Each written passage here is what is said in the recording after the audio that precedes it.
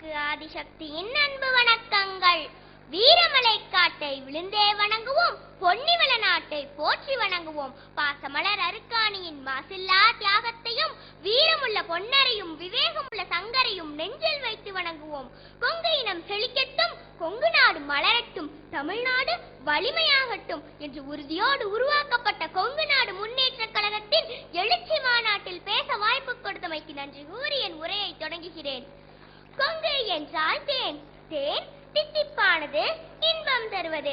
கொங்கு நாடு என்பதற்கு இன்பம் நிறைந்த செழிப்பான நாடு என்று பொருள். இந்த நாட்டின் தெற்கு எல்லை பழனி, மேற்கு எல்லை மலைத்தொடர், வடக்கு திருவேங்கடம், கிழக்கு சோழவள நாடு. கொங்கு நாடு பழங்காலம் தொட்டே ஒரு தனி நாடாக வழங்கப்பெற்று வருகிறது. கத்து மஞ்சள் கன்னிமுக பொலிவுதவள் நாடு, குளிரூட்டி பஞ்சாலை நூலிழைக்கும் நாடு, சித்தர்வாள் மருதமலை முருகன் வளர் நாடு, சென்னிமலை சிவன்மலையும் செலுத்தியரும் நாடு, அவிநாசி தேர்ரலகில் வடம்பிடிக்கும் நாடு, பட்டு வண்ண ஜமகாலம் இட்டளிக்கும் நாடு, சின்னமலை எனும் தீரன் தேசபக்தி நாடு, உள்ளமெல்லாம் வெள்ளை என உலகறிந்த நாடு என்று கொங்கு நாட்டை பற்றி ஒரு கவிஞர் அழகாக பாடியுள்ளார். இத்தகைய சிறப்புமிக்க கொங்கு நாடு நீர்வளம் அதிகமில்லாத நாடாகவே திகழ்ந்து வந்தது. அதனால் தான் பவானி காவிரியுடன் சேருமிடத்தில் 725 ஆண்டுகளுக்கு முன்பே பல கல் தொலைவு பல்லாயிரம் காணி நிலங்களுக்கு நீர்ப்பாயும் கால்வாயை வெட்டினான் காளிங்கராயன். ஆனால் இன்று நீர் பற்றாக்குறை நிரந்தரமாகி விஸ்வரூபம் எடுத்து நிற்கிறது.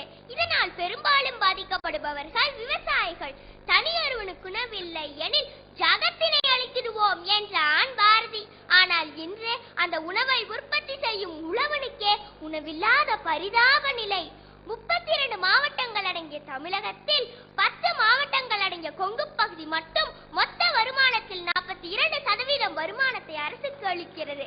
எனவே 79% உள்ள விவசாயிகளின் வாழ்வு மேம்பட்டால் தான் பொருளாதார தேக்கத்தை சரி செய்ய முடியும். அதற்கு முதற்படியாக நமது மக்களுக்கு தண்ணீரை சிக்கனமாக உபயோகித்து விவசாயம் செய்ய பயிற்சி தர வேண்டும். அதிக தண்ணீர் தான் அதிக விளைச்சலுக்கு காரணம் என்று எண்ணுகிறார்கள். இஸ்ரேல் நாடு பாறைகள் நிறைந்த நாடு. அங்கு ஒரு பயிருக்கு 60 சென்டிமீட்டர் தண்ணீர் உபயோகித்து சாகுபடி செய்கிறார்கள். ஆனால் இங்கே 120 சென்டிமீட்டர் 150 சென்டிமீட்டர் என்று 2 மடங்குக்கு அதிகமாக தண்ணீர் உபயோகித்து விரயம் செய்கிறோம். தெளிப்பான் பாசன முறையில் தண்ணீரை சிறு சிறு குழாய்களின் மூலமாக பீரிட்டு எழச் செய்து பயிர்களின் மீது பொழிய செய்தாலே போதும். தண்ணீரை மண்ணில் தேக்கி நிறுத்த வேண்டிய அவசியமே இல்லை. ஊரெல்லாம் பட்டி தொட்டி உண்பதற்கோ கம்மஞ்சோறு என்ற நிலைமை மாறி கிராமங்களிலும் நல்ல பணப்புழக்கம் ஏற்பட வேண்டும். வளர்ச்சி என்பது ஒட்டுமொத்தமான வளர்ச்சியாக இருக்க வேண்டும். நமது கொங்கு இளைஞர்கள் தொழில் தொடங்க ஏராளமான வாய்ப்புகள் உள்ளன. பவானி சமுக்காலம் உலக புகழ் பெற்றது. அதனை மேலும் விஞ்ஞானமயப்படுத்தலாம். ஈரோட்டில் மஞ்சள் விளைகிறது, கைத்தறி ஜவுளிகள் உற்பத்தியாகின்றன. மேலும் திருப்பூரில் பனியன் தொழில் சிறப்பாக வளர்ந்து வருகிறது. அதனை மேலும் நவீனப்படுத்தலாம். கரூர் போர்வைக்கு எப்போதும் கிராக்கி உண்டு, அதில் கவனத்தை செலுத்தலாம். ஆர்வத்தோடு படித்து முடித்து வரும் கொங்கு வாலிபர்கள் ஆக்க ரீதியில் செயல்பட்டால் கண்டிப்பாக கொங்கு நாட்டை வளமாக்க முடியும், தமிழ்நாட்டை வலிமையாக்க முடியும்.